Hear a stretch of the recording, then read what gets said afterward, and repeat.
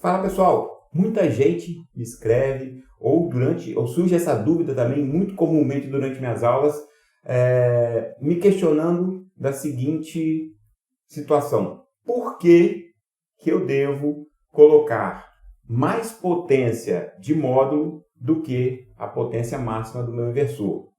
Em outras palavras, talvez você tenha ouvido falar isso no mercado como oversizing, como overload, como fator de dimensionamento do inversor. Então, são vários termos que representam a seguinte ideia: eu tenho uma determinada quantidade, um determinado valor de potência de corrente contínua, que é a potência dos módulos, e eu tenho uma potência de saída do meu inversor, que é a potência em corrente alternada, um pouco menor. Exemplo, eu tenho 12 módulos de 500 watts, 10 módulos de 500 watts. Eu tenho 5 kW pico de potência de corrente contínua, 5 kW pico de potência de módulo. E eu instalo um inversor, eu ligo esses módulos num inversor de, por exemplo, 4 kW.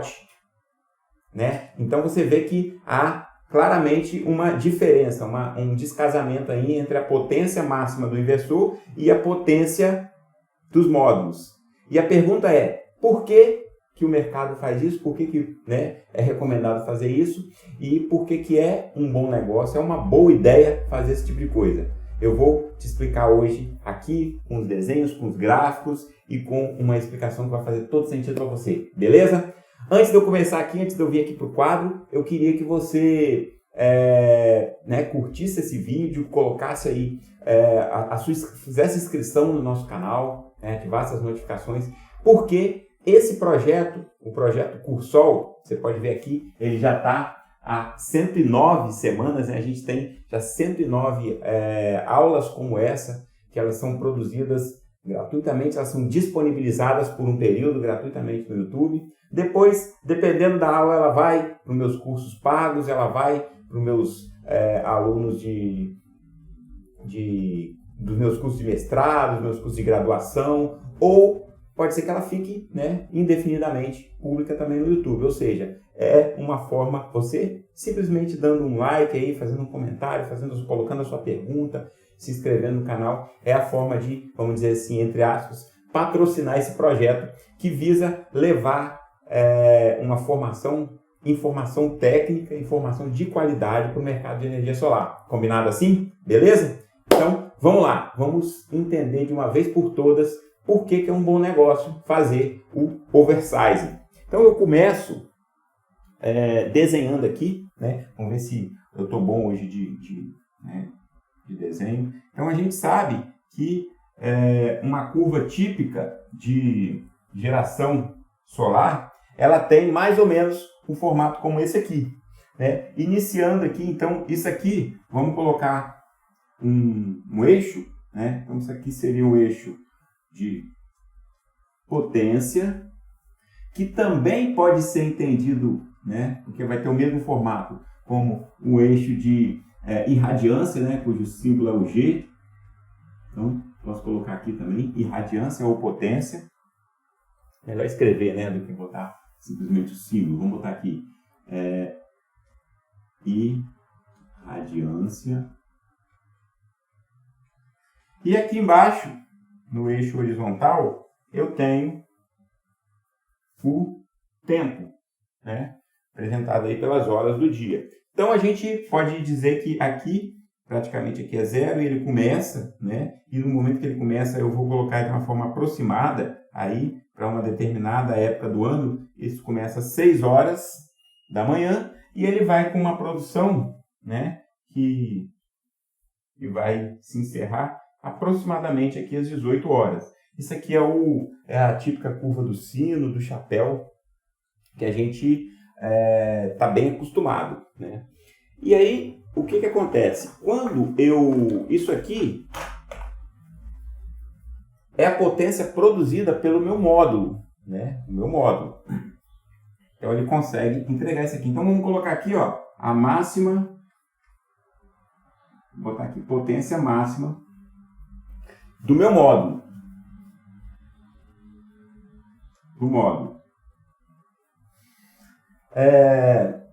Se eu tenho um inversor perfeitamente casado com ele, ou seja, vamos dizer que essa potência máxima do meu módulo aqui, no exemplo que eu dei, né, no início da aula, vamos imaginar que são 10 módulos de 500 watt pico. Isso aqui então vai dar 5K, né? Igual 5K watt pico. Então esse pico aqui, ó, vale 5K, certo? Se eu tenho um inversor igual, casado, então vou botar aqui P do inversor. Se ele for igual a 5K, a minha produção de energia vai ser essa daqui. Agora, analisa comigo. O inversor é o equipamento mais caro do sistema, certo? Então, teoricamente, é o equipamento que vai limitar a potência do sistema. Então, uma vez que eu tenha o meu inversor de 5K aqui já adquirido, já comprado, eu posso querer, por algum motivo, instalar mais módulos. Ao invés de 10, eu posso querer instalar 12. Então, isso aqui vai dar 6 kWp. O que acontece se eu tiver uma potência de 6 kWp? Eu vou desenhar aqui com uma outra caneta. Vamos ver se vai funcionar bem aqui, né? Então, ela começa também com 0 no mesmo momento, só que ela tem uma potência um pouco maior e ela vai até um valor maior também, né? Então, depois ela desce aqui, também com um valor maior, e ela morre junto.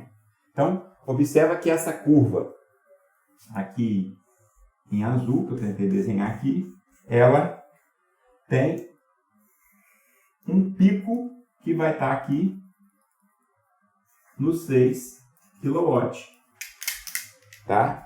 Porque isso aqui é o meu novo sistema, é o meu sistema de 12 módulos.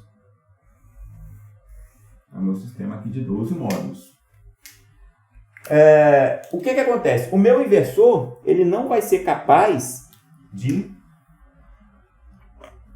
gerar acima de 5. Então, ele vai aqui, ó, a partir daqui, ele vai cortar. Essa partezinha que eu desenhei achurada aqui, ele vai deixar de produzir. Certo? Então, essa parte aqui eu perdi. Então, a minha nova curva, eu vou apagar aqui, né? Já que a gente viu que esse pedacinho aqui ele deixa de produzir, eu vou apagar a minha curva aqui, ó, né? Lembrando, a gente está numa situação de inversor de 5K e 12 módulos aqui. Então, eu estou nessa curva aqui em azul. Então, minha nova curva agora tem essa cara aqui, ó. Ela tem essa cortada aqui. Só que, lateralmente, ela foi maior. Então, a ideia é que a área dessa nova curva, essa área total aqui, que representa o quê? Lembra? Nossas aulinhas lá de potência e energia, a área dessa curva é igual a energia. A energia gerada, a energia elétrica gerada. E afinal de contas, quando a gente tem um sistema fotovoltaico, a gente está interessado em quê? Em potência ou em energia? Então, e a resposta a essa pergunta é retórica, porque você sabe que a resposta é: eu estou interessado em energia. Ou seja, eu estou interessado nessa área toda aqui. Eu estou interessado nessa área toda aqui. Então, não importa se eu tive uma perda ou deixei de gerar, né? Eu deixei de gerar aqui no 5K. Não importa. O que importa é que essa área lateral que eu ganhei aqui, por estar com mais módulos durante todo o restante do dia, ela compensou. E no final das contas eu tive uma área da curva maior. Ou seja, eu tive mais energia elétrica gerada com o mesmo inversor de 5 kW, certo? Porque eu ocupei mais esse inversor com mais potência durante os outros horários do dia. E eu só deixei de gerar naquele momento de pico aqui, ó, né? Naquele momento do pico que corresponde a um horário ali entre 11 horas, 10h30, 11 horas, meio-dia, 1 hora da tarde. Então, nos momentos de maior insolação, eu deixei de gerar. Agora, lembre-se de um outro detalhe. Eu só deixei de gerar nesses momentos de maior insolação, né, de maior irradiância, em alguns dias do ano, em algumas épocas do ano. Porque isso aqui, esse pico, né, teoricamente, ele acontece. Lembra, por que a gente tem um pezinho aqui? Potência do módulo, 500 watts de pico. Ou seja, ele gera 500 watts numa situação de irradiância ideal. E isso acontece em alguns dias do ano, né, nas estações, né, mais ensolaradas, nas condições mais adequadas. Então, por exemplo, se eu tenho um dia mais nublado, vale a pena eu pegar essa produção maior aqui, devido a ter mais módulos, ao longo do dia inteiro, porque ele não vai chegar no momento de corte. E por falar nisso, esse momento de corte aqui, que ele deixa de produzir, né, esse corte aqui, que eu acabei apagando aqui, mas vou deixar aqui transparente de novo, esse corte ele tem um nomezinho, é clipping. Clipping, que significa realmente cortar, ceifar em inglês. Então, essa é a ideia de você colocar mais módulos, eu colocar 12, por exemplo, ao invés de 10, e eu sobredimensionar um pouco a quantidade de módulos, colocar um pouco mais de potência em corrente contínua do que a potência de corrente alternada, né, do que a potência do inversor, para que ao longo da maior parte dos dias do ano, ao longo do maior horário, né, do dia, eu tenha uma geração maior. E qual é o custo disso? O que eu perco com isso daí? Eu perco em alguns momentos de alguns dias do ano de insolação máxima, ele deixa de produzir.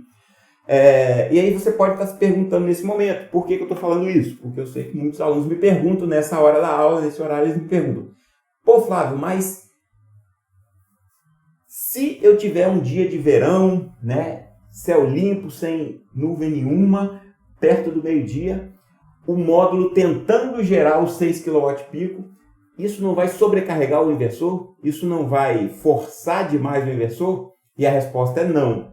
O inversor tem mecanismos de autoproteção, né, onde ele vai realmente limitar isso daqui e essa potência não vai ser processada por ele. Simplesmente ele vai deixar. Lembra do MPPT, né, que é o mecanismo de rastreamento, de busca do ponto de máxima potência? Então, nesse momento aqui, o inversor vai se regular para que ele não, porque se o MPPT não seja de máxima potência, para que ele fique trabalhando no limiar aqui, para que ele não se sobrecarregue. Ou seja, tirando essa parte técnica de como isso acontece, na prática o inversor não vai se sobrecarregar. E para quem entende bem isso e vai um pouco mais a fundo, pode me perguntar o seguinte: ok, Flávio, eu sei que ele não vai se sobrecarregar no pico, mas ele vai trabalhar por mais tempo durante o dia, né, num nível de potência maior. Isso ok, isso é verdade.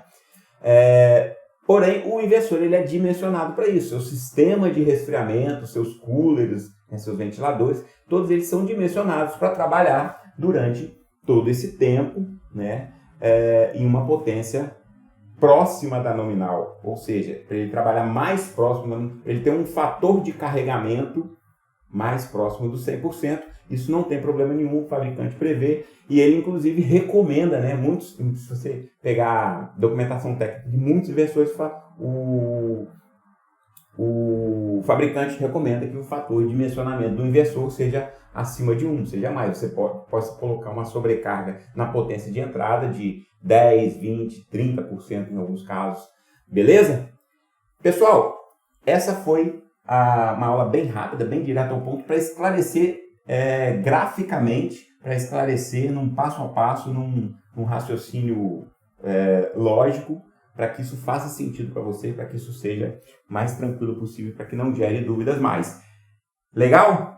Espero que essa aula tenha sido útil para você e, como eu sempre faço, Se essa aula foi útil para você, recomenda, compartilha esse vídeo com algum colega, com algum profissional, com algum aluno que esteja estudando também esse tipo de assunto aí, esteja interessado nesse conhecimento, porque você vai estar fazendo uma boa ação, você vai estar sendo lembrado, né, ajudando o seu amigo e ajudando a gente aqui também na empresa a divulgar esse conteúdo. Legal? Um grande abraço, ficamos por aqui, até a próxima aula. Até mais!